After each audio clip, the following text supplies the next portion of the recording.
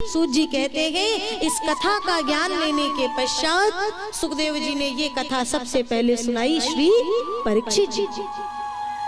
सौनक जी ने कहा परीक्षित जी को कथा सुनाने की आवश्यकता क्या पड़ी?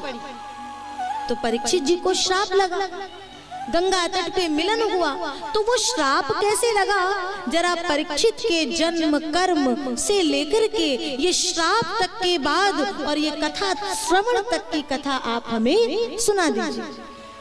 तो सुखदेव जी आज सुनते ही श्री सूत जी महाराज ने कहा वैसे तो हम ये कथा ना गाते, लेकिन ये कथा वैसी है जिस जीव ने जीवन भर हरि नाम लिया हो, लेकिन बहुत गिने चुने भक्त ऐसे होते हैं जिनके अंतिम समय में जिनके मुख से गोविंद का नाम निकल पाए। कोटि कोटि मुनि जतन कराही और अंत राम कही आवत नहीं। अंतिम में नाम लेने से यदि कोई भव पार हो जाए तो परीक्षित तो ऐसे हैं जिनकी की जन्म से पहले ही गर्भ के भीतर जिन्हें भगवान का दर्शन हो गया। तो ऐसे भक्त की कथा कौन नहीं सुनना चाहेगा? तो हमारे सूत जी बताते हैं बात उस समय की है जिस समय कौरवों और पांडवों के बीच घमासान युद्ध हुआ था और भीम के गदा प्रहार से दुर्योधन की जंगा टूट चुकी थी। दुर्योधन पृथ्वी पर पड़े पड़े कराह रहा है और उस कराह को सुन करके अश्वत्थामा ने जैसे ही सुना तो अश्वत्थामा दौड़ करके आया और मित्र की ये स्थिति देख करके कहता है मेरे रहते हुए मेरे प्रिय मित्र की कोई ये स्थिति कर दे। इतनी शक्ति इतना बल फिर किस काम का? दुर्योधन तुम नाम बताओ, तुम नाम बताओ, मैं अभी उनका प्राणांत करके और तुम्हारे सामने आऊंगा। दुर्योधन ने कहा तुम्हें क्या लगता है कि मैं तुमसे बल में क्या कम हूं या शक्ति में सामर्थ्य में कमजोर हूं? अरे अश्वत्थामा सुन, जिनके बारे में तू पूछता है वो कोई साधारण नहीं है, और अगर उन्हें साधारण कह भी दूं तो उन पर जिनकी कृपा है वो परमात्मा कृष्ण कोई साधारण नहीं है। नहीं तो उस युद्ध में मेरी ये स्थिति होने वाली नहीं थी। लेकिन फिर भी अश्वत्थामा नहीं माना। तुम एक बार नाम तो बताओ, नाम तो बताओ। दुर्योधन ने कहा अगर यही बात है, बहुत ध्यान से सुनिएगा, अगर यही बात है तो जाओ जाकर के पांचों पांडवों को मार करके और मेरे सामने आना, तो प्रमाण के साथ आना। मुझे उनके कटे हुए शीश कटे हुए मस्तक चाहिए। अश्वत्थामा जैसे ही चला पांडवों को मारने के लिए, भगवान कृष्ण को खबर लगी। भक्तों ने कहा रन वन व्याधि विपत्ति में रहीमन मरो न रोए, और चिंता क्यों करते हो? जो रक्षक जननी जठर में सो प्रभु गयो ना सोए। जो रक्षक माँ के गर्भ में आपकी हमारी रक्षा करता है वो परमात्मा अभी कहीं सोया नहीं है, कहीं भूला नहीं है। भूले हम हैं, हम भूल जाते हैं उसे, तो तुम जैसे जब याद करोगे वो तुम्हारे सामने प्रकट हो जाएगा। और ये करके देखिए आपके जीवन में बहुत परेशानियां आएंगी, और यदि ठाकुर के भक्त हो अंतिम तक तुम्हें लगेगा अब मैं गिरने वाला हूँ, अब यहाँ मेरी हार हो जाएगी। लेकिन उस एक अंतिम छोर में आने के बाद में ऐसा लगता है गोविंद आया और पीछे से धीरे से हाथ पकड़ के हमें पीछे कर लिया, बचा लिया। भगवान के भक्त होगे तो भगवान कभी तुम्हें इतना नहीं देंगे कि तुम भोगों का उपभोग कर सको, लेकिन कभी तुम्हें इतनी कमी भी नहीं रखेंगे कि कभी तुम्हें किसी के आगे हाथ पसारना पड़े। और इतना देंगे इसलिए नहीं क्योंकि हमारी मति चंचल है ना, और उस चंचल मति के कारण कहीं हम भ्रमित हो गए और भगवान जानते ये भूल जाएगा मुझे। पांडवों की रक्षा हर जगह करी है, और आज भी सोते हुए पांडवों को जगाए, द्रौपदी को जगाए, जल्दी चलो, शीघ्र चलो। कहाँ चले प्रभु? पूछो नहीं, प्रश्न नहीं करो, शीघ्र चलो। पांडवों के पांचों बालकों को जगाने का प्रयास कर रहे हैं। और लेकिन ये कथा बताती है जब मनुष्य जीव बहुत बुद्धि लगाने लगता है तो एक दिन भगवान भी छोड़ देते, कर ले तुझे जो करना है, जहां हार जाना वहां मैं आऊंगा।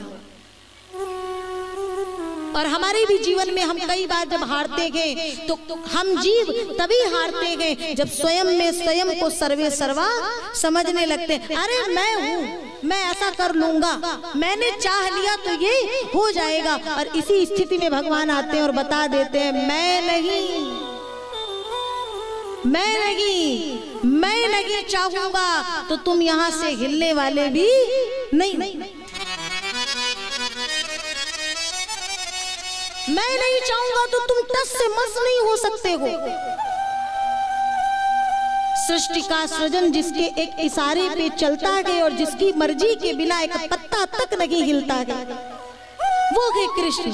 भगवान ने बालकों को सोने दिया और चल दिए। अश्वत्थामा आया, उसे लगा ये पांचों पांडव हैं, मारने के लिए आगे बढ़ा और उन बालकों की हत्या कर दी। छोटे छोटे निरपराधी बालक मस्तक कटे हुए शीश लेकर के दुर्योधन के पास पहुंचा। देखो मित्र, मैंने अपनी मित्रता को चरितार्थ कर दिया। कहाँ गए कटे हुए शीश? जहाँ बालकों के कोमल कोमल शीश, कोमल कोमल मस्तक देखा तो आज दुर्योधन को लगा। दुर्योधन गिरा पृथ्वी पे धड़ाम से और बोला तूने तो अश्वत्थामा हमारे वंश में जो कुछ रहा बचा था वो भी समाप्त कर दिया। अब तो हमारे वंश कुल में कोई जल देने वाला तक नहीं बचा। और इतना कहकर के दुर्योधन का वहां प्राणांत हो गया। और प्यारे, तब बाद में जब पांडवों सहित प्रभु वापस आए और बालकों की ये स्थिति, मृतक देह पड़ी है, कटे हुए मस्तक गायब है, तो एक माँ चित्कार मार करके रोई। द्रौपदी खूब जोर से रोई है। मेरे निरपराधी बालकों ने किसी का क्या बिगाड़ा था जो मेरे बालकों की ये स्थिति कर दी। उस समय अर्जुन जी ने कहा द्रौपदी तू चिंता ना कर, जिस किसी ने भी ऐसा कुकृत्य किया है मैं जाता हूँ और खींच करके इस समय उसे तेरे सामने लेकर के आऊंगा। फिर तू जो कहेगी वो दंड उसे दिया जाएगा। और क्रोध में भर करके जब अर्जुन चले तो वो अश्वत्थामा आगे आगे, अर्जुन जी क्रोध में भर के पीछे पीछे जा रहे हैं। और क्रोध इतना था कि अश्वत्थामा समझ गया आज ये अर्जुन मुझे मार ही देगा। आत्मरक्षा करने के लिए ब्रह्मास्त्र छोड़ा और ऐसा ब्रह्मास्त्र तीनों लोग तपने लगे। और तीनों लोगों में जब तपन होने लगी तो अर्जुन जी ने भी ब्रह्मास्त्र छोड़ा।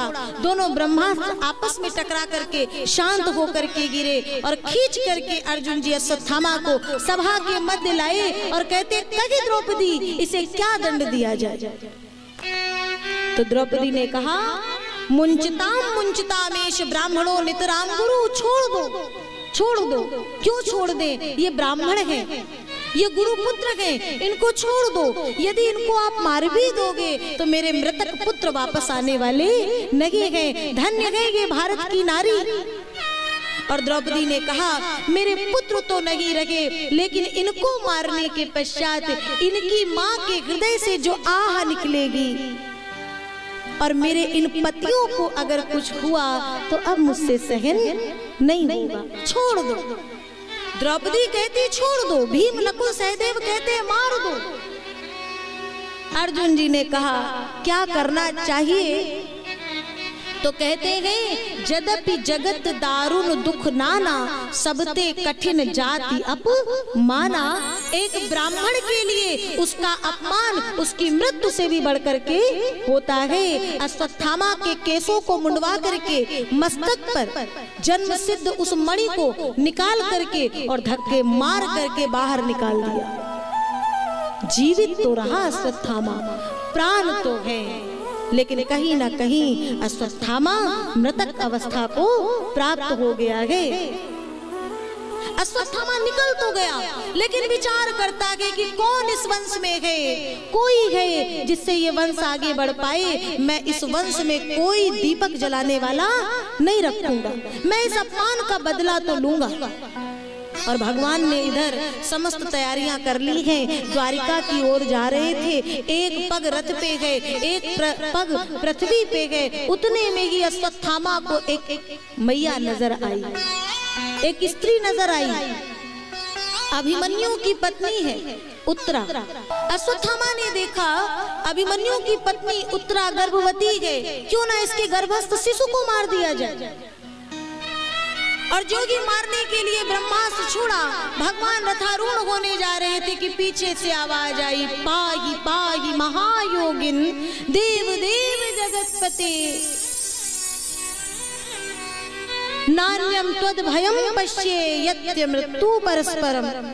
दो पल के लिए ठहर जाएं गोविंद, ठहर जाएं, और मुझे अपने प्राणों की कोई चिंता नहीं है, मेरे गर्भस्थ शिशु की रक्षा कर ले। भगवान ने जैसे ही देखा अपने उस चरण को तुरंत नीचे उतार लिया और उस पूरी स्थिति का अवलोकन करके भगवान एक सूक्ष्म रूप में उत्तरा के गर्भ के भीतर गए हैं। गर्भ को चारों ओर सुदर्शन चक्र से घेर लिए हैं, गर्भस्थ शिशु की रक्षा कर रहे हैं और बाहर खड़े खड़े स्थूल रूप में समस्त भक्तों की रक्षा कर रहे हैं। जाको राखे साइया मार सके ना कोई, बाल न बाका कर सके चाहे जग बैरी होए। और तब ब्रह्मास्त्र शांत होकर के जब गिरा तो भगवान ने देखा अब सब शांत है,